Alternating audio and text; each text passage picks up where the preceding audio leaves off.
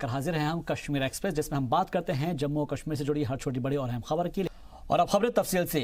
जम्मू कश्मीर में दहशतगर्दों के नापाक मंसूबों को कुचलने में सिक्योरिटी फोर्सेस को अहम कामयाबी हाथ लगी है।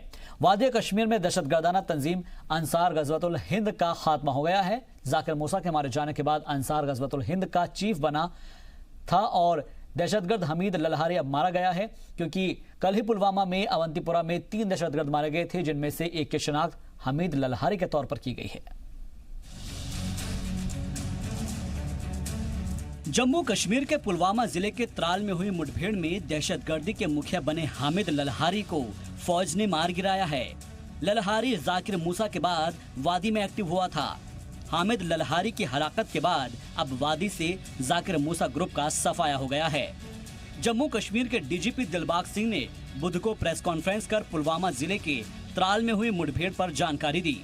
उन्होंने कहा कि त्राल में हामिद ललहारी के अलावा जैश से जुड़े नवीद टाक और जुनैद भट्ट भी मारे गए हैं। और इस तेजी आने के बाद एक ऑपरेशन पहले जो अनंतनाग में हुआ, जिसमें 3 मिलिटेंट मारे गए थे, उसके बाद कल का ऑपरेशन जो त्राल में हुआ, राजपुरा गांव में त्राल में, जिसमें 3 मिलिटेंट मारे गए। शुरू में इतला थी कि एक लोकल तो पहचान लिया था, दूसरे 2 पाकिस्तानी या फॉरेन टेररिस्ट होने की इतला थी, मगर देर रात को बाकी 2 की भी पहचान हो गई। ये 3 के 3 लोकल मिलिटेंट हैं और 3 के 3 ही अंसार गजवतुल हिंद के साथ वाबस्ता हैं। डीजीपी ने आगे कहा कि दहशतगर्द मासूम लोगों को निशाना बना रहे हैं। जैश अब हिजबुल और लश्कर के साथ मिल गया है। दहशतगर्द नौजवानों को बरगला रहे हैं। डीजीपी ने नौजवानों को सलाह दी कि दहशत नहीं, अमन के रास्ते पर चले। हथियार उठाया तो मौत की सजा मिलेगी। हम लोग इस पर दुख भी महसूस करते हैं कि ये लोग जो गलत रास्ते पे चले हैं, जो पाकिस्तान एजेंसियों और इशारों के उन पे नाचते हैं, उनके चलते ये नौजवानों को वर्गला करके मिलिटेंसी के रास्ते पे ला रहे हैं। हम आज भी चाहेंगे कि नौजवान जो गलत रास्ते पे चल पड़ा है वो अपना हथियार छोड़े और सही रास्ता अपनाने की कोशिश करे, क्योंकि हथियार मौत का जरिया है। हथियार मौत देता है और अपने लिए मौत का असर पैदा करता है, मौत का माहौल पैदा करता है। हम लोग यही कहना चाहेंगे कि अभी भी कुछ बिगड़ा नहीं है। इसके अलावा डीजीपी दिलबाग सिंह ने जानकारी दी कि वादी के हालात आम हैं। बाजार में लोगों की चहल पहल बढ़ी है। रियासत में अब अमन का माहौल है। ब्यूरो रिपोर्ट, जी मीडिया। कठुआ गैंगरेप और कत्ल की जांच कर रही एसआईटी पर केस दर्ज करने के ऑर्डर जारी किए गए हैं। एसआईटी पर गवाहों को धमकाने और झूठे सबूत तैयार करने का इल्जाम है। विशाल जंगोत्रा के 3 दोस्तों ने जम्मू की कोर्ट में एसआईटी के खिलाफ झूठे बयान देने के लिए टॉर्चर करने का इल्जाम लगाया है। एसआईटी में शामिल सभी पुलिस एहलकारों के खिलाफ एफआईआर के ऑर्डर दिए गए हैं और कहा गया है कि 7 नवंबर तक इस ऑर्डर पर अमल हो।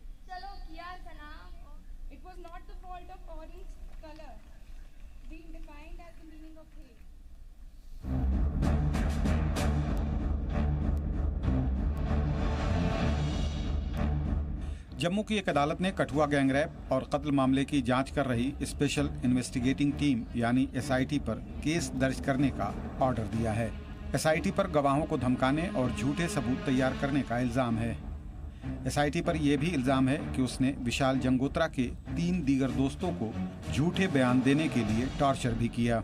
विशाल जंगोत्रा के दोस्तों की अर्जी पर ही कोर्ट ने ये ऑर्डर दिया है। कोर्ट ने सभी सबूतों और दी गई जानकारियों की जांच के बाद एसआईटी में शामिल सभी पुलिस ऑफिसर्स के खिलाफ एफआईआर दर्ज करने की हिदायत दी है। अदालत ने इस ऑर्डर पर 7 नवंबर तक अमल करने की हिदायत दी है। जो एसआईटी थी रसाना केस में, जो रसाना केस को इन्वेस्टिगेट कर रही थी, उसके सब अधिकारियों पे कोर्ट ने आज ऐसे सेक्शंस में एफआईआर दर्ज करने के निर्देश दिए गए हैं जिसमें मैक्सिमम जो पनिशमेंट है वो कैपिटल और लाइफ इम्प्रिजनमेंट है। जनवरी 2018 में कठुआ में एक बच्ची से गैंग रेप के बाद उसका कत्ल कर दिया गया था। एसआईटी ने विशाल जंगोत्रा को कत्ल का मुल्जिम बनाया। एसआईटी की जांच पर जी मीडिया ने सवाल उठाए थे। जी मीडिया की खबर पर अदालत ने नोटिस लिया। जी मीडिया की खबर के बाद पठानकोट की अदालत ने विशाल जंगोत्रा को बेकसूर करार दिया। ब्यूरो रिपोर्ट, जी मीडिया।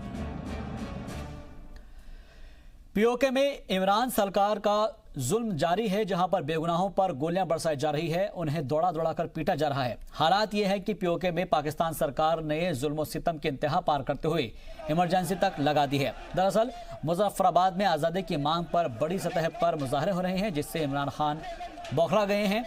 नतीजा ये हुआ कि पुरअमन मुजाहरा कर रहे लोगों पर पत्थर बरसाए गए, गोलीबारी की गई और सिक्योरिटी फोर्सेस के इस फायरिंग में 2 लोगों की मौत हो गई है। जी हां, 2 लोग पाकिस्तान की इस ज्यादती के शिकार बने और तो और प्रेस क्लब में घुसकर सहाफियों की भी पिटाई की गई।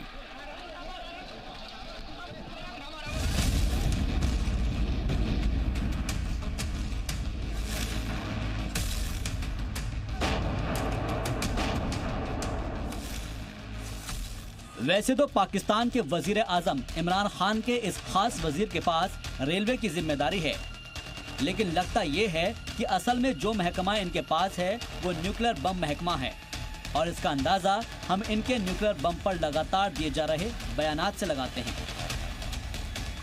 ये सीरियस थ्रेट है इस मुल्क को, और ये जंग खौफनाक हो सकती है। ये कन्वेंशनल आर्म नहीं होगी। This will be A clear cut atomic war, और जिस तरह की जारियत होगी उस किस्म का असला इस्तेमाल करेंगे। इमरान के इस बड़बोले वजीर को ना तो न्यूक्लियर बम के बारे में कुछ पता है और ना ही न्यूक्लियर लड़ाई के बारे में। इसलिए जब भी पाकिस्तान की परेशान आवाम का ध्यान इन्हें असल मुद्दों से भटकाना होता है तो ये न्यूक्लियर लड़ाई की धमकी दे देते हैं।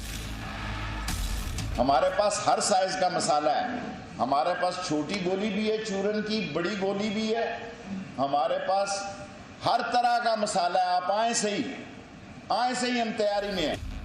दरअसल ताजी धमकी पाकिस्तान की प्यासी आवाम का ध्यान भटकाने के लिए है। पाकिस्तान में सरकार लोगों को पीने का पानी मुहैया कराने में बुरी तरह से नाकाम है। ऐसे में वजीर आजम मोदी ने पिछले हफ्ते कहा था कि हिंदुस्तान अपने हिस्से का पानी पाकिस्तान को नहीं देगा।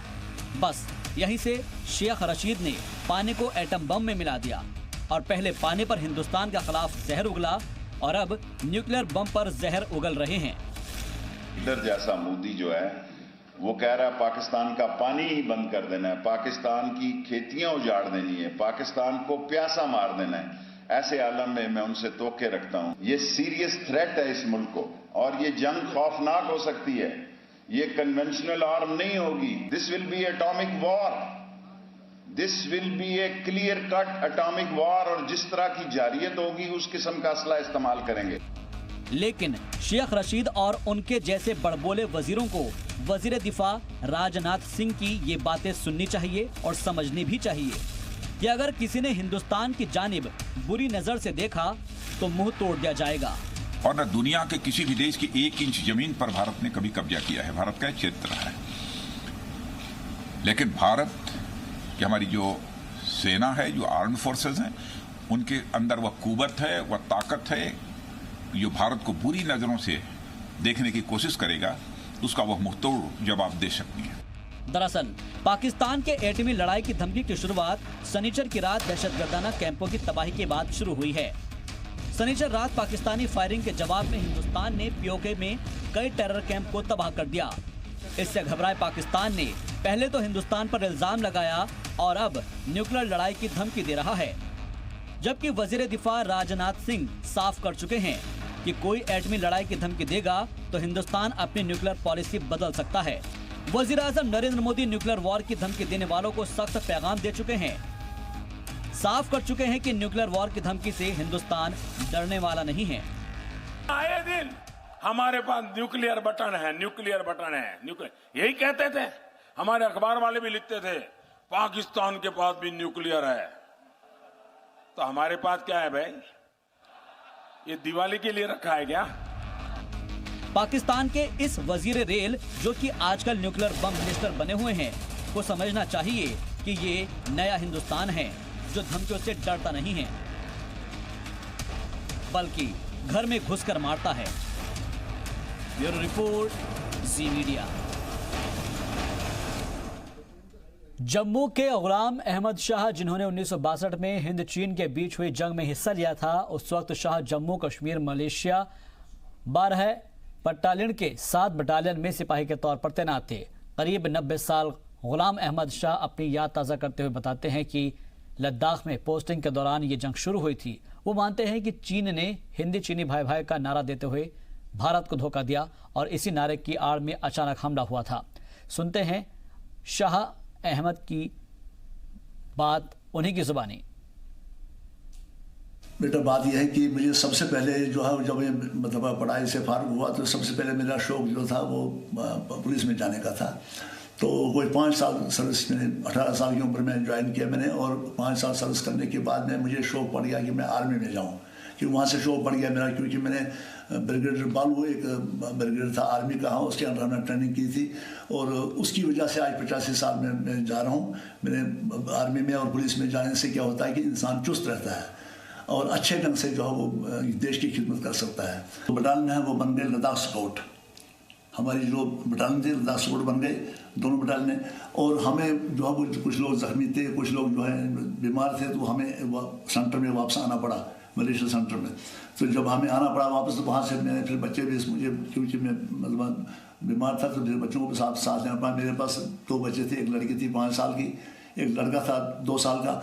तो लड़की जब पाकिस्तान तब तक 65 में जो है वो वार किया पाकिस्तान ने, अंदरूनी जो घरेलू वो भी छोड़ दिए, और साथ उसके साथ जो है वो छोड़ने के बाद उन्होंने जो है वो पाकिस्तान मतलब एयरपोर्ट पर बम्बारमेंट की, श्रीनगर एयरपोर्ट पर जब बम्बारमेंट की, तो उस वक्त हमारी बच्ची जो थी वो 5 साल की थी, वो बच्चों के साथ खेलती थी बाहर। वहाँ सेंटर में फैमिली क्वार्टर हमारे होते हैं, तो वो सभी भागे अपने अपने क्वार्टर में। तो वहाँ हमारी बच्ची जो है वो पानी में, कोई 8 फुट पानी का खड्डा था, वहाँ वो मालियों ने बनाया था वहाँ पानी देने के लिए मतलब बगीचों को, तो उसमें वो डूब गए, तो उसमें वो सीधत हुए। तो उसके बाद जो है वो हमारा एक लड़का था, तो जो उसको डबल निमोनिया, मेरी वाइफ जो है वो थोड़ी मतलब मेंटली डिस्टर्ब हो गई, तो वो फिर उसको निमोनिया हो गया, तो 90 डेज मिलिट्री। मरकजी वजीर जितेंद्र सिंह कुछ बोल रहे हैं, आपको सुनाते हैं। विश्व भर में इसको लेकर के एक कंसेंसस है और कोई इसका विरोध नहीं करता। ये भी एक महिला प्रधान कानून रहेगा जो अब 31 अक्टूबर के बाद वहाँ लागू होने वाला है। और तीसरा जो हमारे दिल के बड़ा करीब है वो है चाइल्ड मैरिज एक्ट, बाल विवाह का कानून। मुझे कभी कभी ये सोच करके बड़ी हैरत होती है कि बाल विवाह को लेकर के जो कानून है, मुझे नहीं लगता कि विश्व में किसी भी कोने में, किसी भी देश में कोई भी वर्ग हो, किसी भी धर्म या किसी भी विचारधारा से उसका संबंध हो, वो इस बात का अनुमोदन करेगा कि बाल कन्या का विवाह हो। लेकिन यहाँ इस कानून को लागू नहीं किया गया 370 की आड़ लेकर के, और इसलिए बहुत अधिक महिला परिधान प्रावधान लागू होने वाले हैं जिनका अक्सर उल्लेख नहीं आता। इसलिए मैं आप मीडिया के माध्यम से चाहूँगा कि सब लोगों तक ये बात भी पहुँचे। जैसा कि अभी ये बता रही थी, इन्होंने अपने विस्तृत प्रवास में कहीं ये नहीं पाया कि क्लैम्पडाउन हुआ। इसमें हमें मीडिया का भी सहयोग चाहिए। हमारे मीडिया के ही कुछ एक मित्र कभी कभी कुछ इस प्रकार के बहलावे में आ जाते हैं। अभी पिछले ही दिनों एक मीडिया मित्र ने मुझे कहा कि साहब वहाँ कर्फ्यू जैसे हालात हैं। तो मैंने कहा भाई आप तो स्वयं वहाँ होकर के आए, तो आप अपने जेब से मुझे कर्फ्यू पास निकाल करके दिखाइए। तो बोले इसका क्या अर्थ हुआ? मैंने कहा अर्थ ये हुआ कि यदि कर्फ्यू पास नहीं था तो आप कर्फ्यू में कैसे घूमे, और अगर घूमे तो फिर कर्फ्यू नहीं था। तो ये जो ब्रेकिंग न्यूज़ के जल्दबाजी में और उसके दबाव में कुछ एक खबरें निकल करके आ रही हैं, मेरा निवेदन है कि इसकी भी तस्दीक की जाए। बल्कि मैं तो ये कहूँगा, और 5 और 6 अगस्त के इस निर्णय के बाद ये जो 8-10 सप्ताह गुजरे हैं, ये सबसे अधिक शांतिपूर्ण एक अंतराल रहा है पिछले 20-25 वर्षों में। और इसका महत्व इसलिए भी बन जाता है कि ये फेस्टिव सीजन था।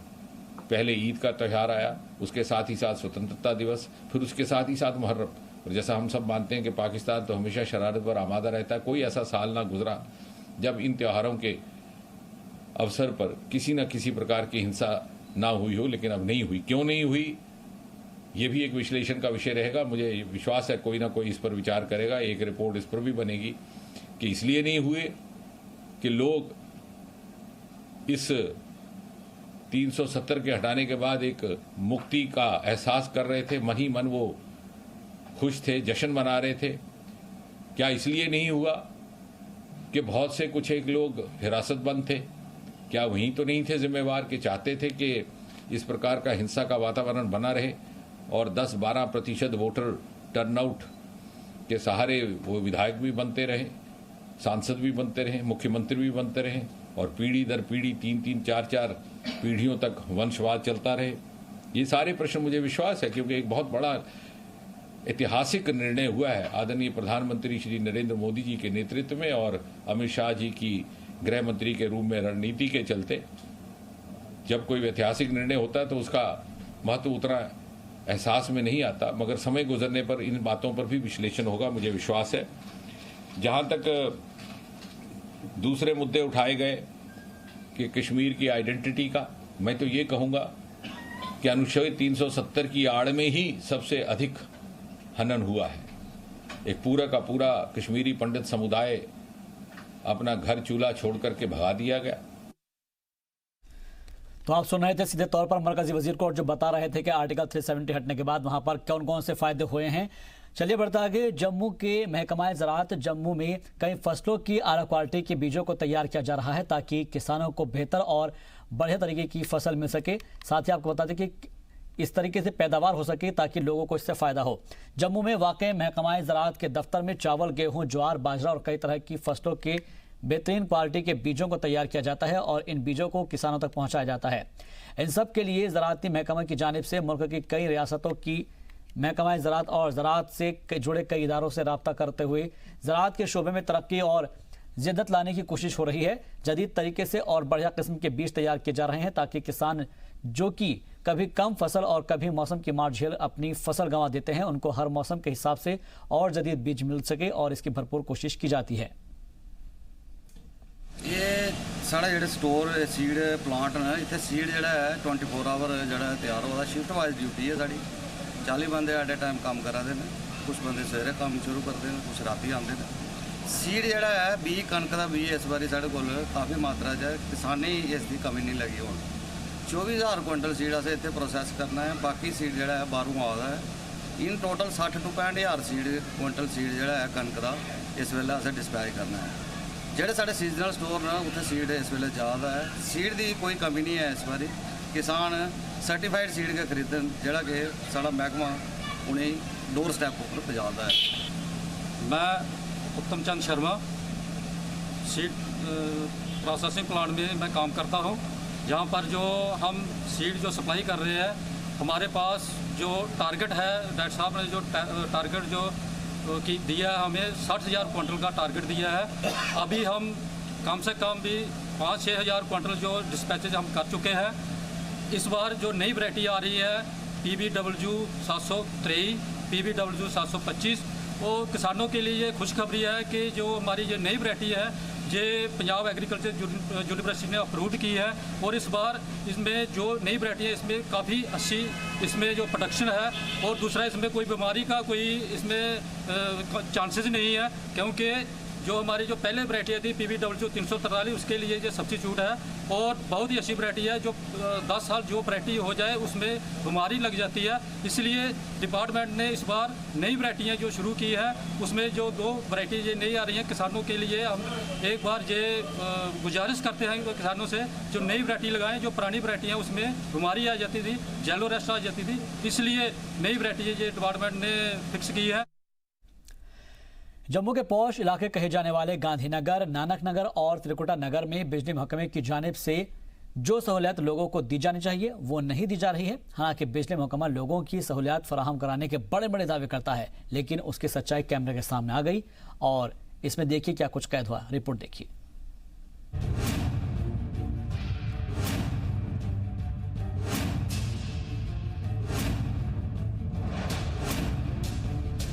जम्मू के गांधीनगर, नानक नगर और त्रिकुटा नगर की बात करें तो आप हैरान हो जाएंगे। बिजली महकमे की तरफ से बिजली के जो ट्रांसफार्मर लगाए गए हैं वो जमीन पर ही रखे गए हैं।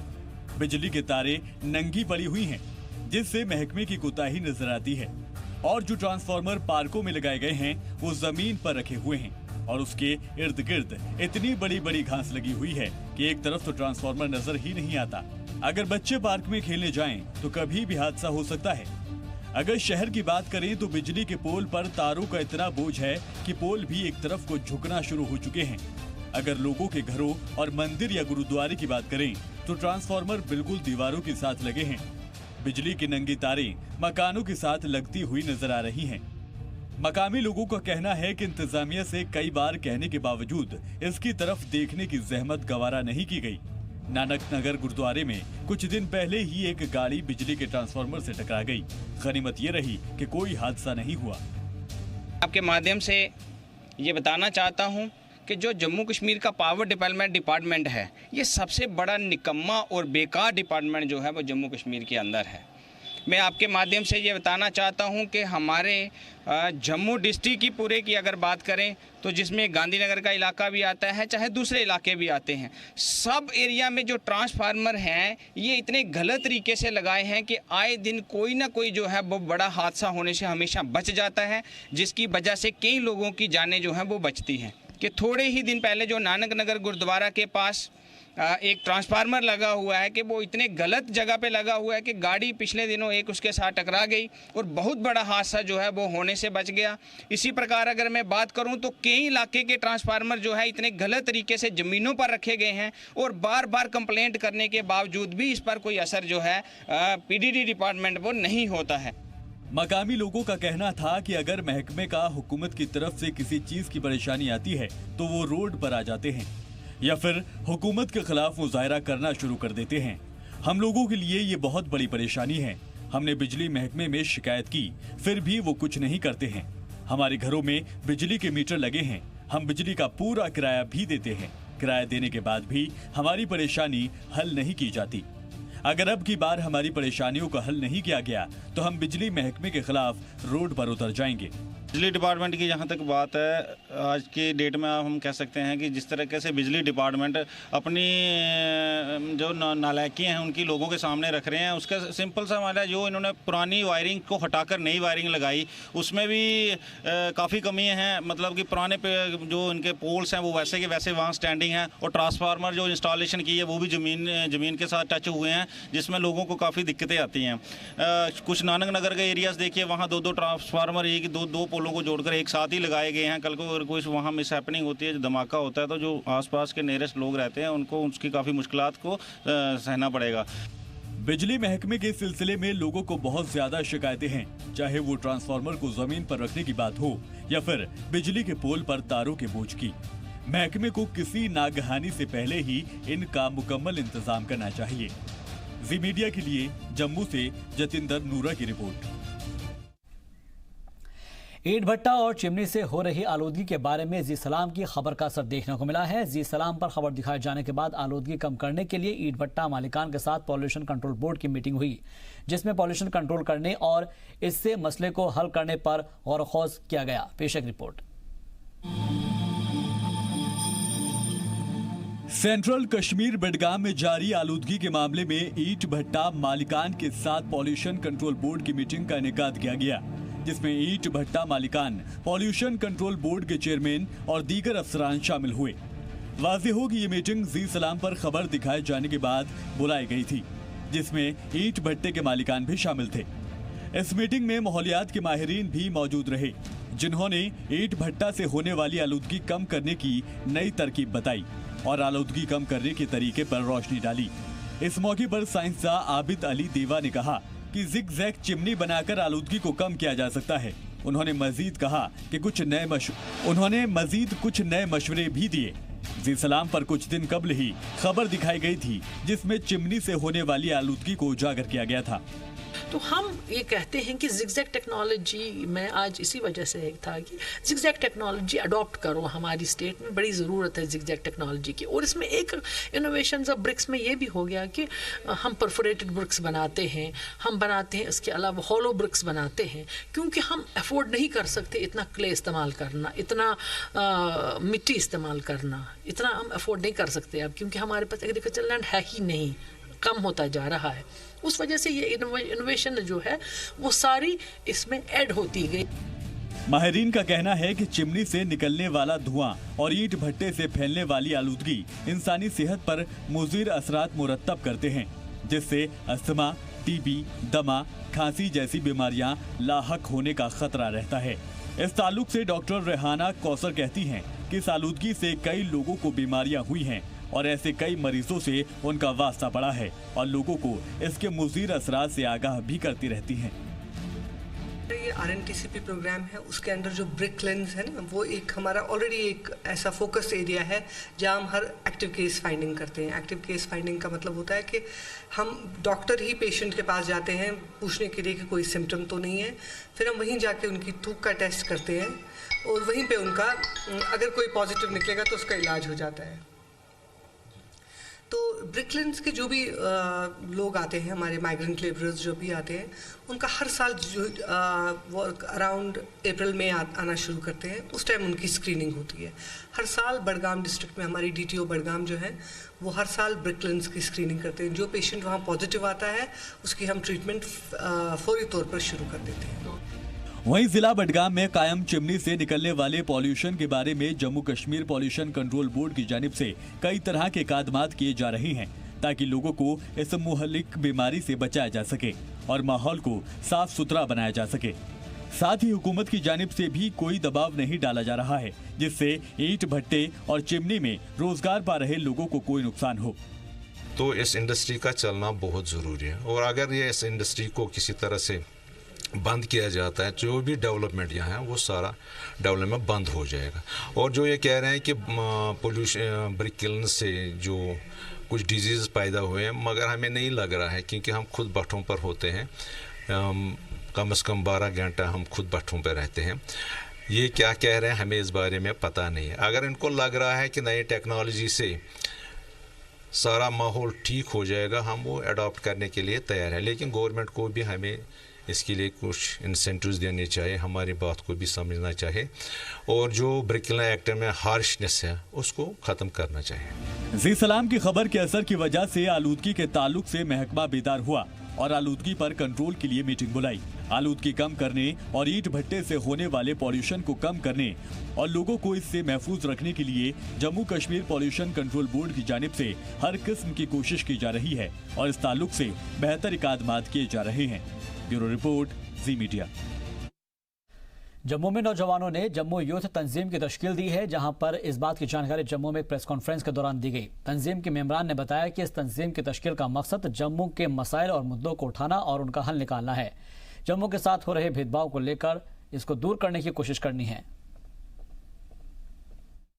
ठाकुर वीरेंद्र सिंह, आज ये जो यहाँ पर प्रेस कॉन्फ्रेंस रखाने का हमारा ये मकसद था, चूंकि हम किसी एक पॉलिटिकल जमात के साथ हमारी पूरी एक टीम जुड़ी हुई थी, आज यूनानिमसली एक डिसीजन लिया गया है हमारी टीम से कि हम एक नॉन पॉलिटिकल फ्रंट खड़ा करें, जिसका नाम हमने दिया है कि जम्मू युवा संगठन, जिसका कोर एजेंडा ये रहेगा कि जम्मू के साथ जितना भी भेदभाव होते आ रहा है या हो रहा है उसको कट ऑफ किया जाए, ख़त्म किया जाए।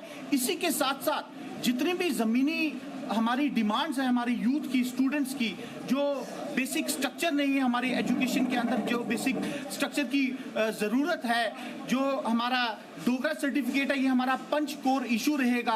इसके साथ साथ special recruitment drives for youth of Jammu, ये कुछ ऐसे इश्यूज हैं जिनको लेके ये हमने ऑर्गेनाइजेशन आज लॉन्च की है। और सीधी तौर पे जो ये देखने में आ रहा था कि जब ये जम्मू यूनियन टेरिटरी की तरफ बढ़ा है, उसके बाद ऐसे देखने में आया है कि कोई ऑर्गेनाइजेशन दिख नहीं रही थी जो फ्रंट में आए और ये इन हमारे जम्मू के यूथ की और स्टूडेंट्स की बात करे।